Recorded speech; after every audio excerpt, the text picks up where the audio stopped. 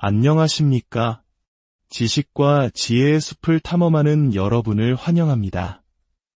오늘 우리는 인간 정신의 가장 깊고 어두운 심연을 탐험했던 한 위대한 사상가의 여정을 따라가 보려 합니다.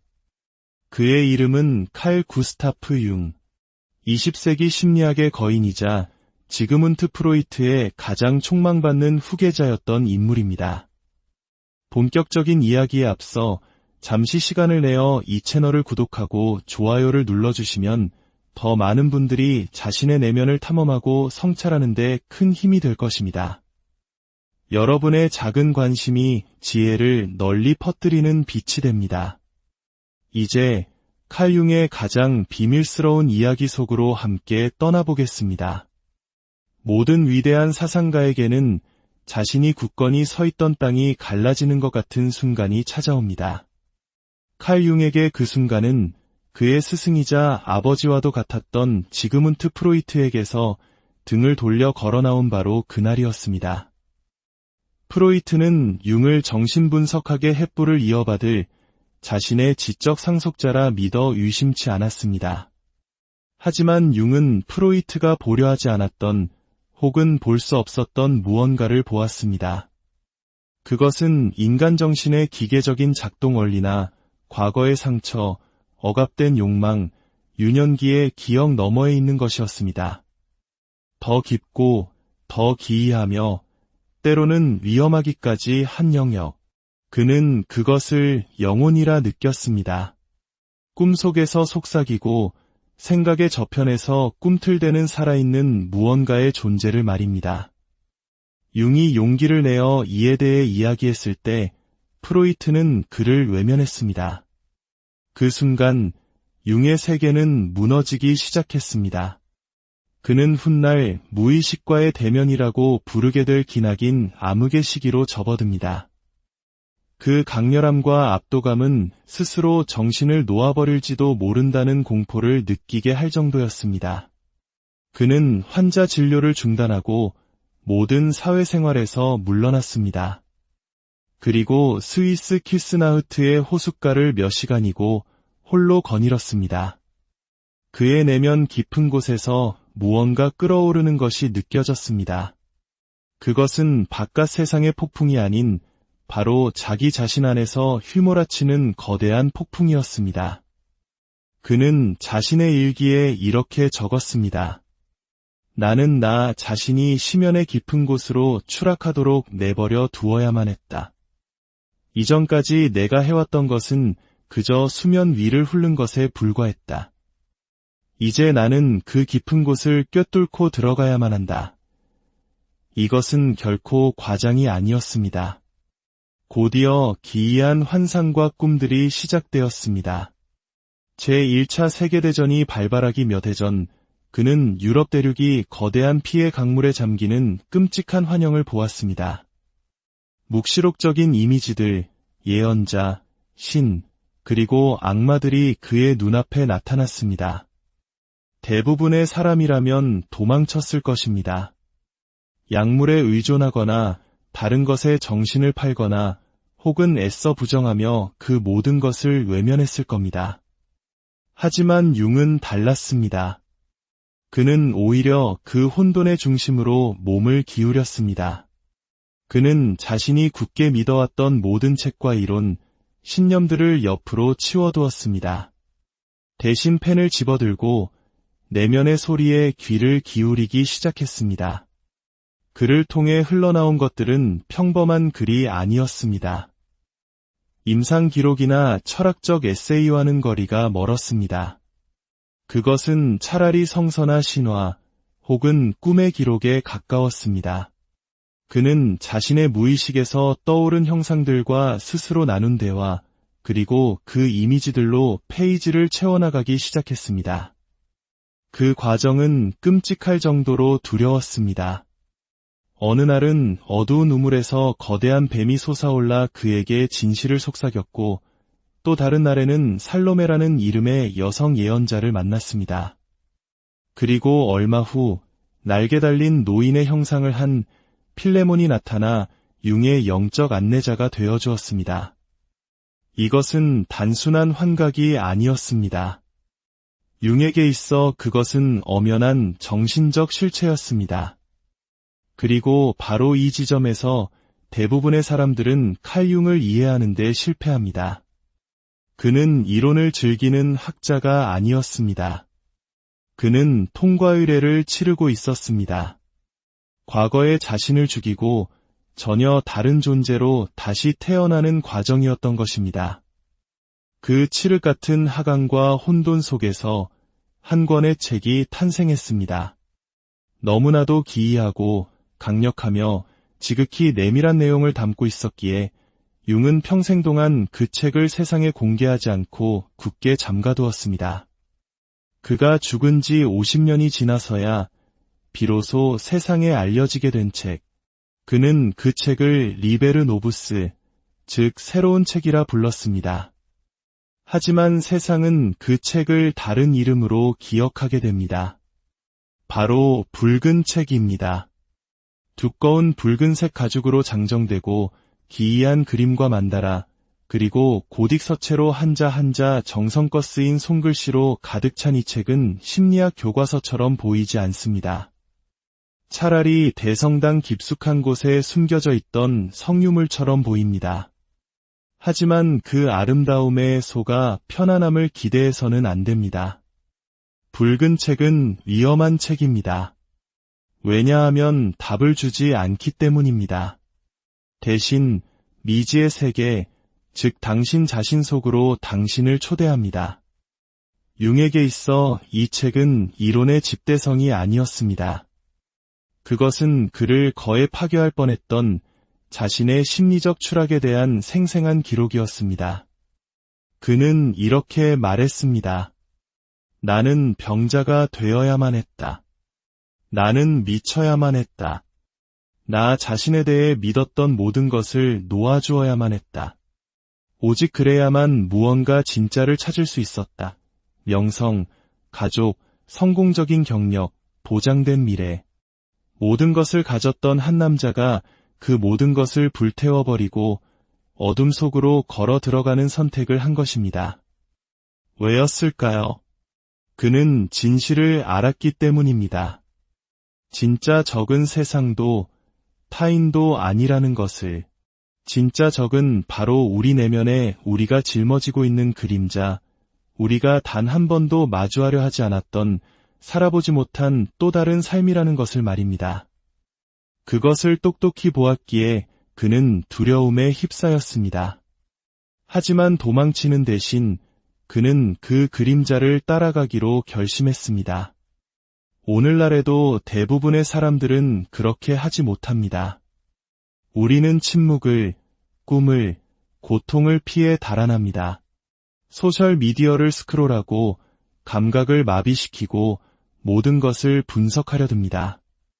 하지만 융은 그 모든 것과 함께 앉아 있었습니다. 그는 그것이 자신을 부서뜨리도록 내버려 두었습니다.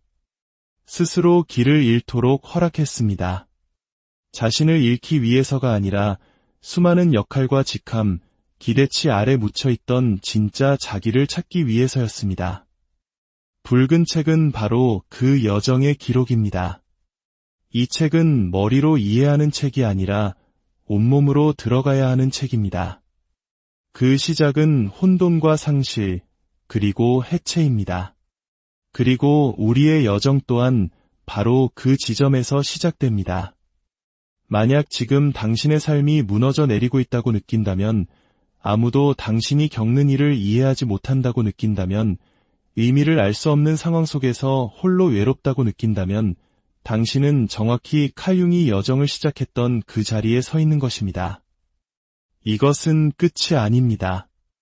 이것은 하강입니다. 그리고 더 깊이 내려갈수록 당신은 더욱 진짜가 되어갑니다. 융은 자신의 선택을 내렸습니다. 그는 기꺼이 내려가기로 했습니다. 하지만 그 어떤 것도 다음에 올 일을 대비시켜줄 수는 없었습니다. 이것은 학문적 탐구가 아니었습니다. 이것은 전쟁, 바로 내면의 전쟁이었습니다. 대부분의 사람들이 그 존재조차 인정하지 않는 깊은 심연으로 그를 끌고 들어갈 전쟁이었습니다. 환영은 점점 더 강렬하고 생생하며 끔찍해졌습니다. 처음에는 목소리로 시작되었습니다. 외부가 아닌 내부에서 들려오는 거에 들릴 듯 말 듯한 미묘한 속삭임이었지만 명백히 자기 자신의 것이 아닌 목소리였습니다. 그 목소리는 수수께끼와 상징, 고대의 어조로 말했습니다. 융은 귀를 기울였습니다. 그리고 이미지가 찾아왔습니다. 어느 날 밤 그는 유럽 대륙 전체가 거대한 피해 홍수에 잠기는 꿈을 꾸었습니다. 시체들이 고요히 떠다니고 하늘은 어두워졌으며 강물은 붉게 물들었습니다. 그것은 압도적이고 기괴했으며 섬뜩할 정도로 예언적이었습니다. 이 꿈은 제1차 세계대전이 발발하기 2년 전에 꾼 꿈이었습니다. 그는 다른 누구보다 먼저 다가오는 광기를 보았던 것입니다. 하지만 융은 깨달았습니다. 이 환영들은 단지 세상에 대한 것만이 아니었습니다. 그것은 바로 자기 자신, 그가 스스로 묻어버렸던 것들에 대한 이야기였습니다. 예의 바른 의사, 존경받는 학자, 좋은 아버지, 친구. 그 모든 역할들은 이곳 무의식의 세계에서는 아무런 의미가 없었습니다. 무의식 속에서는 가면이 벗겨지고 직함은 녹아내리며 오직 진실만이 남습니다. 그리고 그 깊이에서의 진실은 폭력적입니다. 융은 매일 글을 쓰기 시작했습니다. 그는 이것을 적극적 명상이라 불렀습니다. 자신의 무의식과 대화하는 방법이었습니다. 그는 눈을 감고 기다렸고 내면 세계가 열리도록 했습니다. 붉은 왕관을 휘감고 있는 진홍색 뱀을 보기도 하고 대성당에서 죽은 자와 대화를 나누기도 했습니다. 웃고 있는 악마들에게 둘러싸인 채 동굴에 갇히기도 했습니다.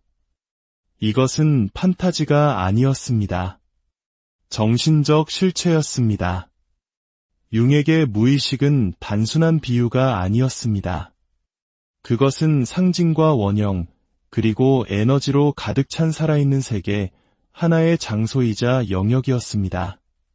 그리고 더 깊이 들어갈수록 그는 그곳에 혼자가 아니라는 것을 깨달았습니다. 그 안에는 그가 잊고 살았던 혹은 억눌러왔던 또 다른 자신이 있었습니다. 싸우고 싶고 분노하고 싶고 모든 것을 부수고 싶어하는 또 다른 자아. 수년간의 사회적 수능 아래 묻혀있던 억압된 남성성이었습니다. 그것은 그를 두렵게 했지만 그는 귀를 기울였습니다. 또 다른 환영 속에서 그는 썩어가는 시체들로 가득 찬 동굴에 들어갔습니다. 악취는 견딜 수 없었고 벽은 고대 문자로 뒤덮여 있었습니다.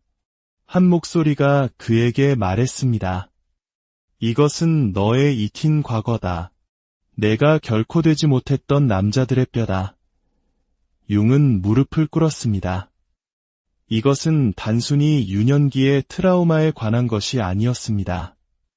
이것은 원형적이었습니다. 이미 알고 있던 자아의 죽음이자 신비 속으로 들어가는 통과의례였습니다. 그리고 마침내 그는 거대한 뱀을 만났습니다. 빛을 발하는 거대한 뱀이 검은 유리로 만들어진 왕좌를 휘감고 있었습니다. 뱀은 수수께끼 같은 목소리로 그에게 속삭였습니다. 너는 상승하기를 원하지만 추락하기를 거부하는구나. 융은 그 의미를 정확히 알았습니다. 먼저 내려가지 않고서는 올라갈 수 없다. 자신의 어둠과 먼저 마주하지 않고서는 깨어날 수 없다. 당신이 결코 쳐다보지 않겠다고 맹세했던 자신의 일부를 만지기 전까지는 온전해질 수 없다. 이것이 바로 개성화, 즉 진정한 자기 실현의 시작입니다. 이것은 기분 좋은 자기개발 과정이 아닙니다.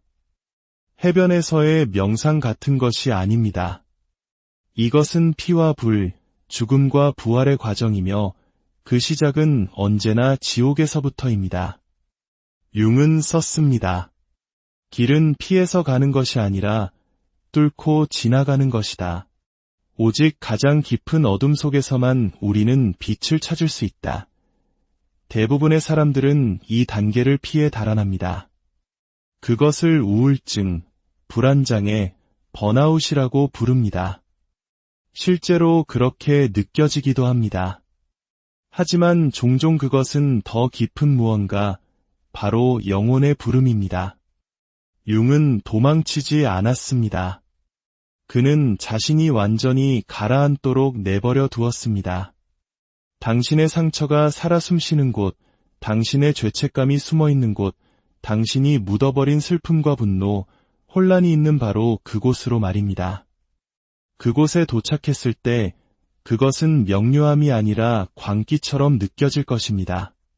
하지만 당신이 그곳에 머무른다면 무언가 변화하기 시작합니다. 빠르지도 편안하지도 않게, 하지만 진실하게 말입니다. 당신은 당신의 고통이 무작위적인 것이 아니라 지성을 가지고 있음을 보기 시작합니다.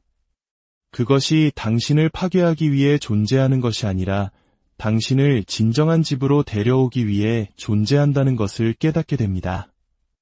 융은 이제 이해하기 시작했습니다. 그는 평범한 삶의 표면 아래로 한참이나 내려왔습니다. 그러나 논리보다 환영이 더 크게 말하는 이 새로운 영역에서 그는 악마보다 더 어둡고 신들보다 더 기묘하며 광기보다 더 위험한 무언가를 마주하게 됩니다. 그는 바로 자기 자신을 만났습니다. 하지만 우리가 세상에 보여주는 그런 모습의 자아가 아니었습니다. 이것은 날 것 그대로의 동물적이고 원시적이며 폭력적인 자아였습니다. 사회를 향한 미소나 지성, 매력 따위는 없었습니다. 그것은 그의 평생 동안 추방당했던 부분, 예의와 평판, 지식 아래 그가 묻어버렸던 바로 그의 그림자였습니다. 그리고 그림자는 예에 바르게 문을 두드리지 않습니다.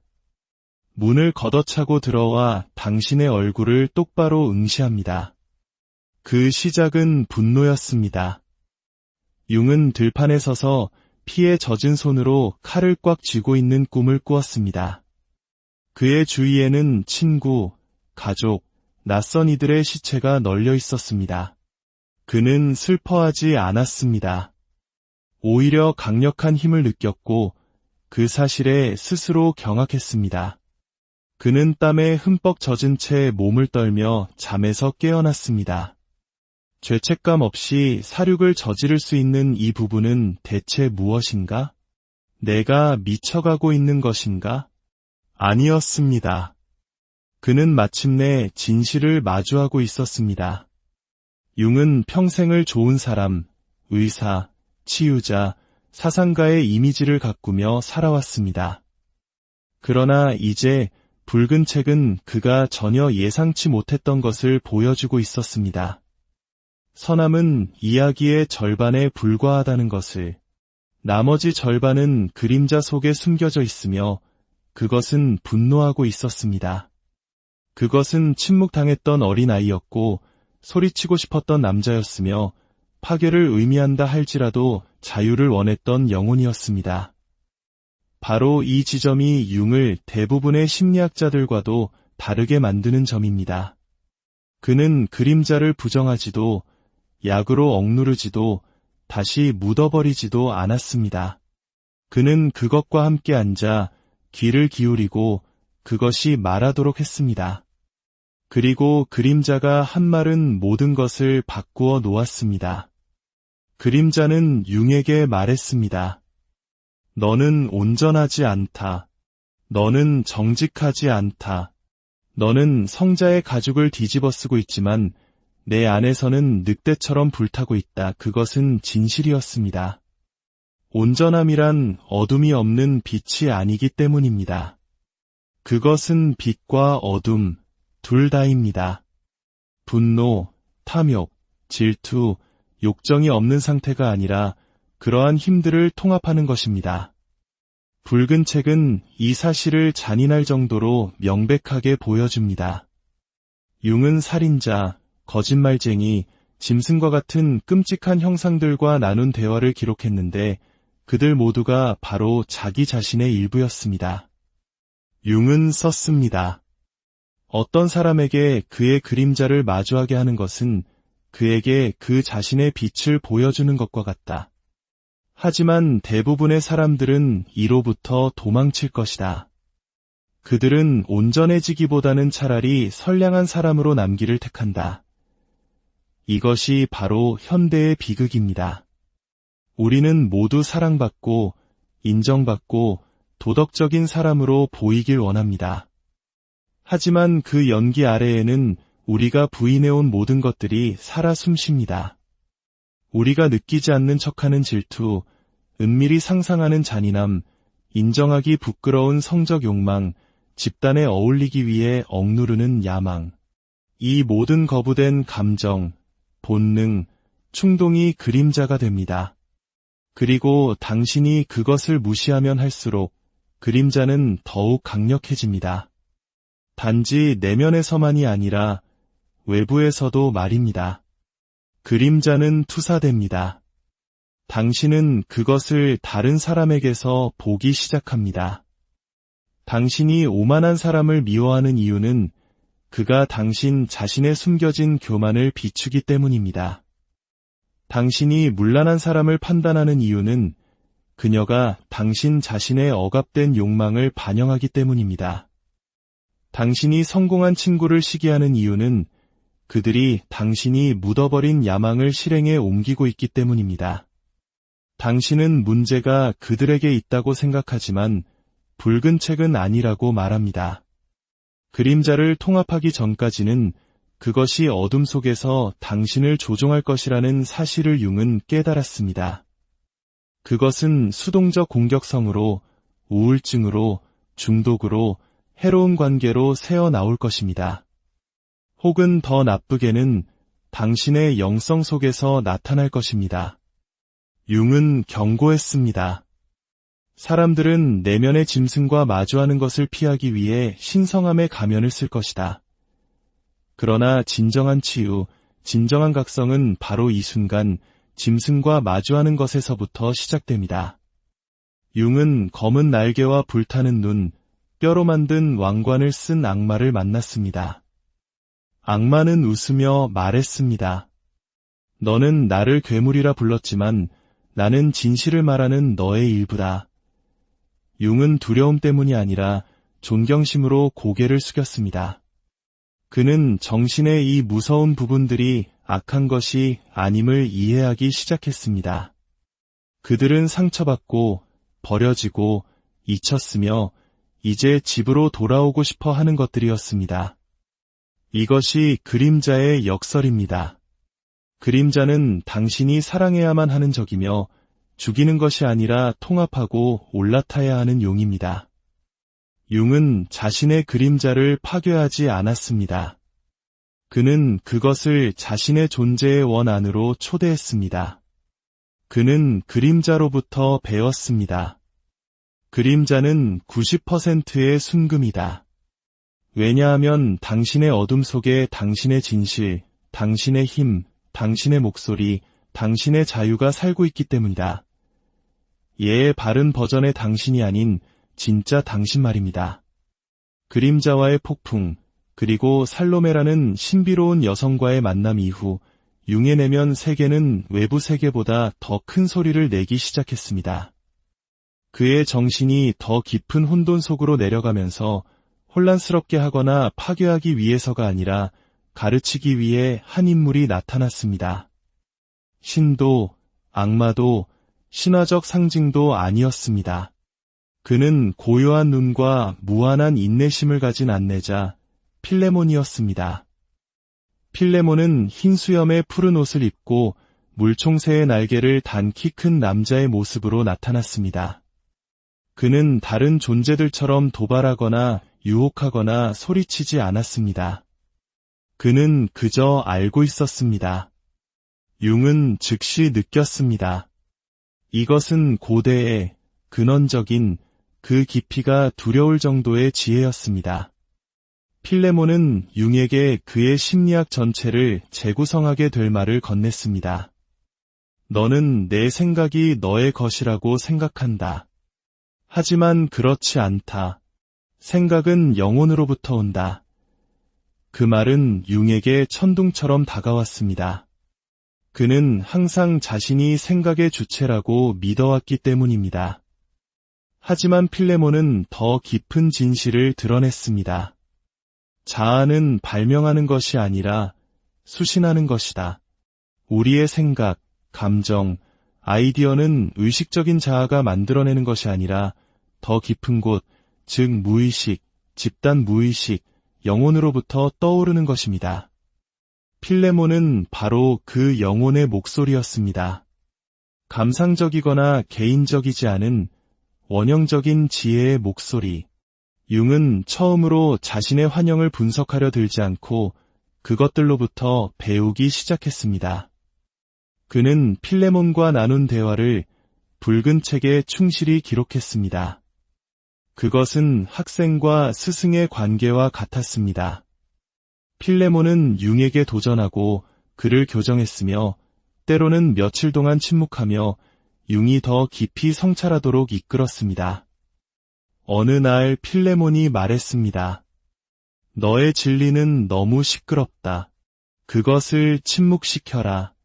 그러면 마침내 듣게 될 것이다. 또 다른 날에는 이렇게 말했습니다. 그들이 원하는 내가 되지 마라. 너의 영혼이 이미 존재하고 있는 그것이 되어라. 이것은 책에서 배우는 교훈이 아니었습니다. 이것은 통과의례였습니다. 필레몬은 세상이 아니라 내면의 스승에게 귀 기울이는 법을 융에게 훈련시켰습니다. 모든 사람 안에는 필레몬이 있습니다. 소리치지 않고 기다리는 목소리, 존재감. 당신이 충분히 고요해지고 충분히 부서지고 충분히 잠잠해지기를 기다립니다. 그리고 그렇게 될 때 그 목소리는 논리가 아닌 명료함으로 말합니다. 정신은 해결해야 할 문제가 아니라 탐험해야 할 세계라는 것을 융은 발견했습니다. 그리고 그 세계에는 안내자들이 있습니다. 우리는 그들을 상상이나 비합리적인 것이라 부르며 두려워하지만 그들은 당신의 직업이나 이력서, 소셜미디어 프로필보다 더 실제적입니다. 필레몬은 융의 내면의 나침반이 되었습니다. 그는 융에게 말했습니다. 빛이 되려고 애쓰지 마라. 너의 빛이 그 안에서부터 빛날 때까지 어둠이 되어라. 그 말은 붉은 책의 정수를 담고 있습니다. 치유는 어둠에서 벗어나는 것이 아니라 그것을 통합하는 것입니다. 융은 변화하기 시작했습니다. 그는 더 조용해지고 느려졌으며 삶에서 더 상징적으로 생각하게 되었습니다. 그는 이론보다 이미지로 말하기 시작했습니다. 필레몬이 자아의 지도라고 말했던 원과 상징으로 가득 찬 만다라를 그리기 시작했습니다. 중요한 것은 융은 필레몬을 숭배하지 않았다는 것입니다. 그는 필레몬이 자기 자신의 일부, 더 깊고 현명한 일부임을 알았습니다. 이것이 바로 개성화입니다. 당신의 자아에서 벗어나는 것이 아니라 당신의 그림자, 신성한 불꽃, 내면의 스승 모두를 포함할 때까지 그것을 확장하는 것입니다. 지혜는 새로운 것을 배우는 데서 오는 것이 아니라 당신이 잊었던 것을 기억하는 데서 옵니다. 필레몬은 세상이 당신에게 누구가 되어야 한다고 말하기 전에 당신이 누구였는지를 상기시켜줍니다. 대부분의 사람들은 답을 찾아 헤매지만 붉은 책은 답이 이미 당신 안에 있다고 보여줍니다. 당신이 그것을 들을 만큼 충분히 고요하지 않을 뿐입니다. 융은 그림자를 마주했고 신성함 앞에 고개를 숙였으며 자신의 여성적 영혼과 대화했고 내면의 현명한 영, 필레몬으로부터 배웠습니다. 하지만 이제 마지막으로 가장 끔찍한 일이 일어나야만 했습니다. 바로 자아의 죽음입니다. 비유적으로가 아니라 문자 그대로 말입니다. 환영 속에서 융은 자신이 누구라고 생각했던 그 남자, 즉 사상가, 아버지, 의사, 탐험가, 자기 이야기의 영웅을 놓아주어야 한다는 진실을 마주하고 산산조가 났습니다. 자아는 진정한 자기가 아니라 우리가 세상을 살아남기 위해 만든 가면이자 아바타이기 때문입니다. 그것은 유용하고 필요하지만 결국 온전해지기를 원한다면 가면이 되는 것을 멈추고 그 아래에 있는 것을 마주해야만 합니다. 융은 썼습니다. 나는 내 안의 영웅을 죽여야만 한다. 나는 마침내 모든 것을 볼 수 있도록 아무것도 아닌 것이 되어야 한다. 그는 붉은 책 안에서 자신의 상징적인 죽음을 연출했습니다. 어느 날 밤 환영 속에서 그는 산을 오르고 있었고 정상에는 뼈로 조각된 왕자가 있었습니다. 한 목소리가 말했습니다. 이것은 너의 자리, 영웅의 자리다. 융이 왕좌의 손을 뻗는 순간 그것은 산산조각 나 먼지가 되었습니다. 그리고 등 뒤에서 목소리가 들려왔습니다. 너는 결코 여기에 앉을 운명이 아니었다. 너는 추락할 운명이었다. 그 환영은 그를 무너뜨렸습니다. 그가 쌓아올린 모든 것, 심지어 영적인 성취조차도 여전히 자아의 뿌리를 두고 있었기 때문입니다. 깨달음을 향한 탐색조차도 하나의 연기가 되어버렸던 것입니다. 그는 자신이 되기 위해 애쓰는 것을 멈추고 총체적인 공허함의 공간으로 들어갔습니다. 목표도 정체성도 미래도 없는 오직 침묵만이 있는 공간. 그는 그 폐허 속에 그저 앉아 있었습니다. 그리고 그 폐허 속에서 그는 평화를 찾았습니다. 쾌락이나 성취의 평화가 아닌 진실의 평화. 그는 아무것도 될 필요가 없다는 것, 이미 존재하는 그대로 충분하다는 진실의 평화였습니다. 자아는 죽음을 두려워하지만 진정한 자기는 그 죽음을 통해 태어납니다. 그것은 끝이 아니라 시작입니다. 당신 자신을 고치려는 시도를 멈추고 당신이라는 존재 자체를 사랑하기 시작하는 순간입니다. 부서진 부분, 분노한 부분, 외로운 부분, 혼란스러운 부분, 그리고 신성한 부분까지 그 모든 것이 당신이며 신성합니다. 융은 썼습니다. 당신 자신이 되기 위해서는 당신이 그런 척하는 것을 그만두어야 한다. 자아는 소리치지만 진정한 자기는 속삭입니다. 융이 자아를 침묵시켰을 때 그 속삭임이 들려왔습니다. 그는 다르게 쓰고 다르게 느끼기 시작했습니다. 그는 더 이상 아이디어에서 말하지 않고 상징과 직관, 말을 넘어선 곳에서부터 말했습니다. 자아의 죽음은 사라지는 것이 아니라 재정렬되는 것입니다. 자아가 왕좌에 앉는 대신 진정한 자기가 앉습니다. 자아는 여전히 존재하지만 이제 더 깊고 영원한 무언가에 봉사합니다. 자아의 죽음은 정체성의 끝이 아니라 당신 진실의 시작입니다. 그리고 융이 그 문을 통과했을 때 그의 영혼이 말하기 시작했습니다. 자아가 죽은 후에는 기이한 침묵이 찾아옵니다. 마음의 비명이 멈추고 가면이 떨어지고 야망이 녹아내리는 공간. 대부분 이 공간을 두려워하며 우울증이나 실패로 착각하지만 융은 이곳이 바로 영혼이 말하기 시작하는 장소임을 발견했습니다. 그는 자신의 영혼과 직접적인 대화를 시작합니다. 그는 그녀를 나의 영혼이라 부르며 마치 한때 버렸다가 이제 다시 돌아온 사람에게 말하듯 이야기합니다. 그녀의 목소리는 조용하고 상처받았으며 깊고 정직하며 무엇보다도 여성적이었습니다. 그녀는 그에게 말했습니다.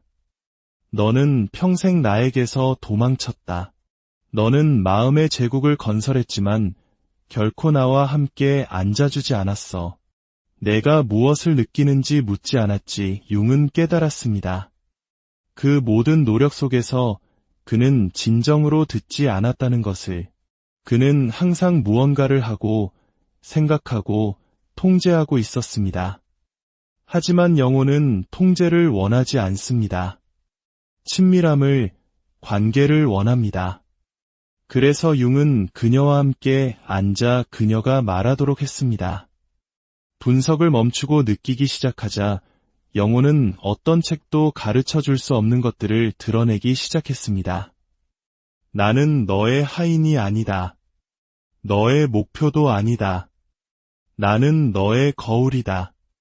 내가 나를 버리면 나는 너의 고통이 될 것이다.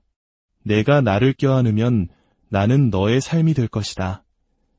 대부분의 사람들은 영혼을 얻어야 할 트로피처럼 취급하지만 영혼은 소유물이 아니라 존재감입니다. 노력으로 찾는 것이 아니라 항복과 슬픔, 부드러움을 통해 발견하는 것입니다. 영혼은 한밤중에 이유도 모른 채 조용히 우는 당신의 일부입니다. 모든 것이 무너진 후에도 여전히 아름다움을 믿는 부분입니다. 당신이 스스로에게 거짓말을 할 때 아파하는 부분입니다. 영혼을 듣기 위해서는 앞으로 나아가는 것이 아니라 뒤로 돌아가야 합니다. 침묵당했던 소년에게로, 오해받았던 소녀에게로, 세상이 비현실적이라고 말해서 죽게 내버려 둔 꿈에게로 돌아가야 합니다. 영혼은 바로 그곳, 잊힌 것들 속에, 고요함 속에, 아픔 속에 살아 있습니다. 영혼은 당신이 기분 좋게 만들어주기 위해 있는 것이 아닙니다. 당신을 진짜로 만들기 위해 있습니다. 그리고 진짜가 되는 것은 고통스럽지만 그것이 집으로 가는 유일한 길입니다. 영혼은 당신의 성공이 아니라 당신의 항복을 원합니다. 당신의 계획이 아니라 당신의 현존을 원합니다. 당신의 완벽함이 아니라 당신의 진실을 원합니다. 그리고 마침내 당신이 그것을 허락할 때 붉은 책은 길이 됩니다. 당신의 내면으로 가는 길, 당신의 영혼으로 가는 길, 당신의 진실로 가는 길, 당신의 삶이 무너지고 있다면 그것은 당신의 영혼이 마침내 당신의 주의를 끌었기 때문일 수 있습니다. 그것을 피하지 마십시오. 듣고, 느끼고, 믿고, 꿈꾸는 것을 스스로에게 허락하십시오. 그것이 바로 개성화, 진정한 자기 실현입니다. 성공도, 치유도 아닌 진정한 집으로의 귀환입니다. 이 여정을 시작하기 위해 붉은 가죽책이 필요한 것은 아닙니다. 단지 침묵과 하나의 질문만 있으면 됩니다. 나는 무엇을 피하고 있는가? 나는 깊은 곳에서는 알지만 인정하지 않으려 하는 것은 무엇인가? 진짜 무언가가 살 수 있도록 내 안에 어떤 부분이 죽어야만 하는가? 붉은 책은 당신의 영혼이 대답할 것이라고 가르칩니다. 당신이 온 마음을 다해 정보를 위해서가 아니라 변화를 위해 질문할 때 말입니다. 이 책은 문입니다. 자기 자신에게로, 신성한 것으로, 진실로 가는 문입니다. 그리고 그 문을 통과하고 나면 당신은 다시는 이전과 같은 방식으로 삶을 보지 못할 것입니다. 더 이상 중요하지 않은 것들을 좇는 것을 멈출 것입니다. 당신 영혼의 목소리 안에서 당신은 조용하고 근원적인 힘을 발견할 것입니다. 거울을 보았을 때 더 이상 고쳐야 할 프로젝트가 아니라 사랑해야 할 한 사람을 보게 되는 것. 그것이 진정한 각성입니다. 칼 융은 세상을 감동시키기 위해 붉은 책을 쓴 것이 아닙니다. 그는 써야만 했기 때문에 썼습니다. 그의 내면에서 무언가 부서지고 있었고 더 깊은 무언가가 태어나고 있었기 때문입니다.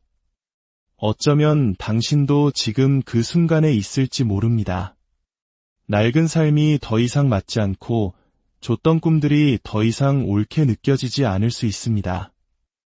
모든 것을 올바르게 해왔는데 왜 이렇게 길을 잃은 느낌인지 의아해하며 새벽 2시에 잠에서 깰지도 모릅니다.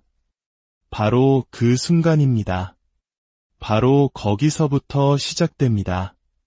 그것이 당신의 하강입니다. 싸우지 마십시오. 마비시키지 마십시오. 그것을 따르십시오. 그것이 당신을 부수고 열도록 그 안에서 내내 기다리고 있었던 것을 보여주도록 하십시오. 두려움 너머, 침묵 너머, 자아 너머에 누군가 기다리고 있습니다. 바로 당신, 진짜 당신이 말입니다. 그리고 당신은 칼융처럼 깨닫게 될 것입니다. 당신은 결코 다른 누군가가 될 필요가 없었다는 것을, 그저 돌아와서 기억하고 귀 기울이기만 하면 되었다는 것을, 그리고 당신이 그렇게 할 때 당신만의 붉은 책이 시작됩니다. 오늘 이 이야기가 당신의 마음에 깊은 울림을 주었다면 댓글에 지금 나의 영혼이 나에게 건네는 말은 이라는 문장을 완성해 주세요. 이곳은 지식을 나누는 것을 넘어 함께 깨어나는 공동체입니다. 이 영상이 융이 평생 동안 감히 출판하지 못했던 진실을 더 많은 사람들이 들어야 한다고 믿으신다면 이 영상을 공유해 주십시오. 당신의 영혼은 소중하며 당신의 진실은 안녕하십니까? 지식과 지혜의 숲을 탐험하는 여러분을 환영합니다. 오늘 우리는 인간 정신의 가장 깊고 어두운 시면을 탐험했던 한 위대한 사상가의 여정을 따라가 보려 합니다. 그의 이름은 칼 구스타프 융. 20세기 심리학의 거인이자 지그문트 프로이트의 가장 촉망받는 후계자였던 인물입니다. 본격적인 이야기에 앞서 잠시 시간을 내어 이 채널을 구독하고 좋아요를 눌러주시면 더 많은 분들이 자신의 내면을 탐험하고 성찰하는 데 큰 힘이 될 것입니다. 여러분의 작은 관심이 지혜를 널리 퍼뜨리는 빛이 됩니다. 이제 칼 융의 가장 비밀스러운 이야기 속으로 함께 떠나보겠습니다. 모든 위대한 사상가에게는 자신이 굳건히 서 있던 땅이 갈라지는 것 같은 순간이 찾아옵니다. 칼 융에게 그 순간은 그의 스승이자 아버지와도 같았던 지그문트 프로이트에게서 등을 돌려 걸어 나온 바로 그날이었습니다. 프로이트는 융을 정신분석학의 횃불을 이어받을 자신의 지적 상속자라 믿어 의심치 않았습니다. 하지만 융은 프로이트가 보려 하지 않았던 혹은 볼 수 없었던 무언가를 보았습니다. 그것은 인간 정신의 기계적인 작동 원리나 과거의 상처, 억압된 욕망, 유년기의 기억 너머에 있는 것이었습니다. 더 깊고 더 기이하며 때로는 위험하기까지 한 영역. 그는 그것을 영혼이라 느꼈습니다. 꿈속에서 속삭이고 생각의 저편에서 꿈틀대는 살아있는 무언가의 존재를 말입니다. 융이 용기를 내어 이에 대해 이야기했을 때 프로이트는 그를 외면했습니다. 그 순간 융의 세계는 무너지기 시작했습니다. 그는 훗날 무의식과의 대면이라고 부르게 될 기나긴 암흑의 시기로 접어듭니다. 그 강렬함과 압도감은 스스로 정신을 놓아버릴지도 모른다는 공포를 느끼게 할 정도였습니다. 그는 환자 진료를 중단하고 모든 사회생활에서 물러났습니다. 그리고 스위스 키스나흐트의 호숫가를 몇 시간이고 홀로 거닐었습니다. 그의 내면 깊은 곳에서 무언가 끓어오르는 것이 느껴졌습니다. 그것은 바깥 세상의 폭풍이 아닌 바로 자기 자신 안에서 휘몰아치는 거대한 폭풍이었습니다. 그는 자신의 일기에 이렇게 적었습니다. 나는 나 자신이 심연의 깊은 곳으로 추락하도록 내버려 두어야만 했다. 이전까지 내가 해왔던 것은 그저 수면 위를 훑는 것에 불과했다. 이제 나는 그 깊은 곳을 꿰뚫고 들어가야만 한다. 이것은 결코 과장이 아니었습니다. 곧이어 기이한 환상과 꿈들이 시작되었습니다. 제1차 세계대전이 발발하기 몇 해 전 그는 유럽 대륙이 거대한 피해 강물에 잠기는 끔찍한 환영을 보았습니다. 묵시록적인 이미지들, 예언자, 신, 그리고 악마들이 그의 눈앞에 나타났습니다. 대부분의 사람이라면 도망쳤을 것입니다. 약물에 의존하거나 다른 것에 정신을 팔거나 혹은 애써 부정하며 그 모든 것을 외면했을 겁니다. 하지만 융은 달랐습니다. 그는 오히려 그 혼돈의 중심으로 몸을 기울였습니다. 그는 자신이 굳게 믿어왔던 모든 책과 이론, 신념들을 옆으로 치워두었습니다. 대신 펜을 집어들고 내면의 소리에 귀를 기울이기 시작했습니다. 그를 통해 흘러나온 것들은 평범한 글이 아니었습니다. 임상 기록이나 철학적 에세이와는 거리가 멀었습니다. 그것은 차라리 성서나 신화 혹은 꿈의 기록에 가까웠습니다. 그는 자신의 무의식에서 떠오른 형상들과 스스로 나눈 대화, 그리고 그 이미지들로 페이지를 채워나가기 시작했습니다. 그 과정은 끔찍할 정도로 두려웠습니다. 어느 날은 어두운 우물에서 거대한 뱀이 솟아올라 그에게 진실을 속삭였고, 또 다른 날에는 살로메라는 이름의 여성 예언자를 만났습니다. 그리고 얼마 후 날개 달린 노인의 형상을 한 필레몬이 나타나 융의 영적 안내자가 되어 주었습니다. 이것은 단순한 환각이 아니었습니다. 융에게 있어 그것은 엄연한 정신적 실체였습니다. 그리고 바로 이 지점에서 대부분의 사람들은 칼 융을 이해하는 데 실패합니다. 그는 이론을 즐기는 학자가 아니었습니다. 그는 통과 의례를 치르고 있었습니다. 과거의 자신을 죽이고 전혀 다른 존재로 다시 태어나는 과정이었던 것입니다. 그 칠흑 같은 하강과 혼돈 속에서 한 권의 책이 탄생했습니다. 너무나도 기이하고 강력하며 지극히 내밀한 내용을 담고 있었기에 융은 평생 동안 그 책을 세상에 공개하지 않고 굳게 잠가두었습니다. 그가 죽은 지 50년이 지나서야 비로소 세상에 알려지게 된 책. 그는 그 책을 리베르 노부스, 즉 새로운 책이라 불렀습니다. 하지만 세상은 그 책을 다른 이름으로 기억하게 됩니다. 바로 붉은 책입니다. 두꺼운 붉은색 가죽으로 장정되고 기이한 그림과 만다라, 그리고 고딕서체로 한자 한자 정성껏 쓰인 손글씨로 가득 찬 이 책은 심리학 교과서처럼 보이지 않습니다. 차라리 대성당 깊숙한 곳에 숨겨져 있던 성유물처럼 보입니다.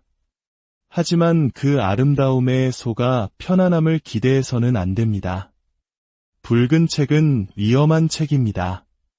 왜냐하면 답을 주지 않기 때문입니다. 대신 미지의 세계, 즉 당신 자신 속으로 당신을 초대합니다. 융에게 있어 이 책은 이론의 집대성이 아니었습니다. 그것은 그를 거에 파괴할 뻔했던 자신의 심리적 추락에 대한 생생한 기록이었습니다. 그는 이렇게 말했습니다. 나는 병자가 되어야만 했다. 나는 미쳐야만 했다. 나 자신에 대해 믿었던 모든 것을 놓아주어야만 했다. 오직 그래야만 무언가 진짜를 찾을 수 있었다. 명성, 가족, 성공적인 경력, 보장된 미래. 모든 것을 가졌던 한 남자가 그 모든 것을 불태워버리고 어둠 속으로 걸어 들어가는 선택을 한 것입니다. 왜였을까요? 그는 진실을 알았기 때문입니다. 진짜 적은 세상도 타인도 아니라는 것을. 진짜 적은 바로 우리 내면에 우리가 짊어지고 있는 그림자, 우리가 단 한 번도 마주하려 하지 않았던 살아보지 못한 또 다른 삶이라는 것을 말입니다. 그것을 똑똑히 보았기에 그는 두려움에 휩싸였습니다. 하지만 도망치는 대신 그는 그 그림자를 따라가기로 결심했습니다. 오늘날에도 대부분의 사람들은 그렇게 하지 못합니다. 우리는 침묵을, 꿈을, 고통을 피해 달아납니다. 소셜미디어를 스크롤하고 감각을 마비시키고 모든 것을 분석하려 듭니다. 하지만 융은 그 모든 것과 함께 앉아 있었습니다. 그는 그것이 자신을 부서뜨리도록 내버려 두었습니다. 스스로 길을 잃도록 허락했습니다. 자신을 잃기 위해서가 아니라 수많은 역할과 직함, 기대치 아래 묻혀있던 진짜 자기를 찾기 위해서였습니다. 붉은 책은 바로 그 여정의 기록입니다. 이 책은 머리로 이해하는 책이 아니라 온몸으로 들어가야 하는 책입니다. 그 시작은 혼돈과 상실, 그리고 해체입니다. 그리고 우리의 여정 또한 바로 그 지점에서 시작됩니다. 만약 지금 당신의 삶이 무너져 내리고 있다고 느낀다면, 아무도 당신이 겪는 일을 이해하지 못한다고 느낀다면, 의미를 알 수 없는 상황 속에서 홀로 외롭다고 느낀다면, 당신은 정확히 칼 융이 여정을 시작했던 그 자리에 서 있는 것입니다. 이것은 끝이 아닙니다. 이것은 하강입니다. 그리고 더 깊이 내려갈수록 당신은 더욱 진짜가 되어갑니다. 융은 자신의 선택을 내렸습니다. 그는 기꺼이 내려가기로 했습니다. 하지만 그 어떤 것도 다음에 올 일을 대비시켜줄 수는 없었습니다. 이것은 학문적 탐구가 아니었습니다. 이것은 전쟁, 바로 내면의 전쟁이었습니다. 대부분의 사람들이 그 존재조차 인정하지 않는 깊은 심연으로 그를 끌고 들어갈 전쟁이었습니다. 환영은 점점 더 강렬하고 생생하며 끔찍해졌습니다. 처음에는 목소리로 시작되었습니다. 외부가 아닌 내부에서 들려오는 거에 들릴 듯 말 듯한 미묘한 속삭임이었지만 명백히 자기 자신의 것이 아닌 목소리였습니다. 그 목소리는 수수께끼와 상징, 고대의 어조로 말했습니다. 융은 귀를 기울였습니다. 그리고 이미지가 찾아왔습니다. 어느 날 밤 그는 유럽 대륙 전체가 거대한 피해 홍수에 잠기는 꿈을 꾸었습니다. 시체들이 고요히 떠다니고 하늘은 어두워졌으며 강물은 붉게 물들었습니다. 그것은 압도적이고 기괴했으며 섬뜩할 정도로 예언적이었습니다. 이 꿈은 제1차 세계대전이 발발하기 2년 전에 꾼 꿈이었습니다. 그는 다른 누구보다 먼저 다가오는 광기를 보았던 것입니다. 하지만 융은 깨달았습니다. 이 환영들은 단지 세상에 대한 것만이 아니었습니다. 그것은 바로 자기 자신, 그가 스스로 묻어버렸던 것들에 대한 이야기였습니다. 예의 바른 의사, 존경받는 학자, 좋은 아버지, 친구. 그 모든 역할들은 이곳 무의식의 세계에서는 아무런 의미가 없었습니다. 무의식 속에서는 가면이 벗겨지고 직함은 녹아내리며 오직 진실만이 남습니다. 그리고 그 깊이에서의 진실은 폭력적입니다. 융은 매일 글을 쓰기 시작했습니다. 그는 이것을 적극적 명상이라 불렀습니다. 자신의 무의식과 대화하는 방법이었습니다. 그는 눈을 감고 기다렸고 내면 세계가 열리도록 했습니다. 붉은 왕관을 휘감고 있는 진홍색 뱀을 보기도 하고 대성당에서 죽은 자와 대화를 나누기도 했습니다. 웃고 있는 악마들에게 둘러싸인 채 동굴에 갇히기도 했습니다. 이것은 판타지가 아니었습니다. 정신적 실체였습니다. 융에게 무의식은 단순한 비유가 아니었습니다. 그것은 상징과 원형, 그리고 에너지로 가득 찬 살아있는 세계, 하나의 장소이자 영역이었습니다. 그리고 더 깊이 들어갈수록 그는 그곳에 혼자가 아니라는 것을 깨달았습니다. 그 안에는 그가 잊고 살았던 혹은 억눌러왔던 또 다른 자신이 있었습니다. 싸우고 싶고 분노하고 싶고 모든 것을 부수고 싶어하는 또 다른 자아. 수년간의 사회적 수능 아래 묻혀있던 억압된 남성성이었습니다. 그것은 그를 두렵게 했지만 그는 귀를 기울였습니다. 또 다른 환영 속에서 그는 썩어가는 시체들로 가득 찬 동굴에 들어갔습니다. 악취는 견딜 수 없었고 벽은 고대 문자로 뒤덮여 있었습니다. 한 목소리가 그에게 말했습니다. 이것은 너의 잊힌 과거다. 내가 결코 되지 못했던 남자들의 뼈다. 융은 무릎을 꿇었습니다. 이것은 단순히 유년기의 트라우마에 관한 것이 아니었습니다. 이것은 원형적이었습니다. 이미 알고 있던 자아의 죽음이자 신비 속으로 들어가는 통과일이었습니다. 그리고 마침내 그는 거대한 뱀을 만났습니다. 빛을 발하는 거대한 뱀이 검은 유리로 만들어진 왕좌를 휘감고 있었습니다. 뱀은 수수께끼 같은 목소리로 그에게 속삭였습니다. 너는 상승하기를 원하지만 추락하기를 거부하는구나. 융은 그 의미를 정확히 알았습니다. 먼저 내려가지 않고서는 올라갈 수 없다. 자신의 어둠과 먼저 마주하지 않고서는 깨어날 수 없다. 당신이 결코 쳐다보지 않겠다고 맹세했던 자신의 일부를 만지기 전까지는 온전해질 수 없다.